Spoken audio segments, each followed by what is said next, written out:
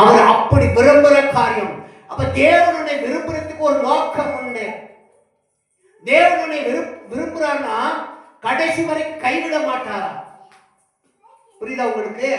தேவன் நம்மளை விரும்பினா என்ன கடைசி வரைக்கும் கைவிட மாட்டார். ஆனா மனிதனும் ஒரு மனுஷி விரும்பினார் என்னைக்காவது கைவிட்டு போவார்கள். உடைக்கப்பட்ட நிலைமையில உடைந்து போன நிலைமையில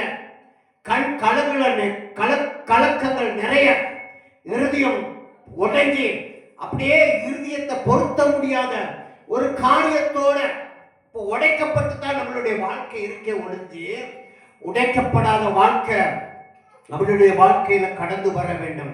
என் அன்பு பிள்ளைகளை, இந்த கால பொழுதுல கூட எங்க எல்லா நேரத்தை செலவு பண்ணுங்க, அதை குறித்து கவலை இல்லை. ஆனா தேவனுக்கு ஒரு குறிப்பிட்ட நேரத்தை நீங்க என்ன செய்யணும்? செலவு பண்ண வேண்டும். அல்லேலூயா. ஒரு ஃப்ரெண்டை பார்க்குங்கிறது எவ்வளவு தூரம் வேணும்னாலும் போகலாம். ஆமே. ஒரு சொந்தக்காரங்களை பார்க்குங்கிறது எவ்வளவு தூரம் வேணும்னாலும் போகலாம். அந்த உறவினர்களை பார்க்குங்கிறது எவ்வளவு தூரம் வேணும்னாலும் போகலாம்.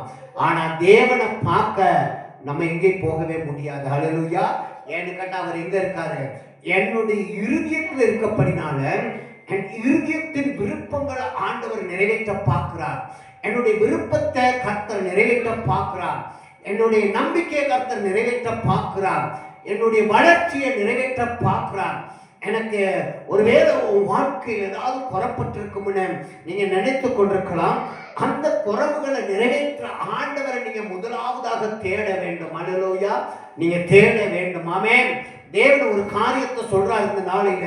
நீ தேவனுக்கு விரோதமான எத்தனை காரியங்கள் செஞ்சாலும் உலக பிரமாண மனிதர்களை நீ எவ்வளோ தடவை மகிமைப்படுத்தினாலும், எவ்வளோ தடவை நம்மளோட தோளில் தூக்கி சுமந்தாலும், எவ்வளோ தூரம் நம்ம சந்தோஷத்தை அவங்கள்ட்ட பேசினாலும், ஆனா ஒரு நாள் என்ன செய்வான்? கைவிட்டு போவான். அல்லேலூயா. ஆனா தேவன் ஒருபோது கைவிட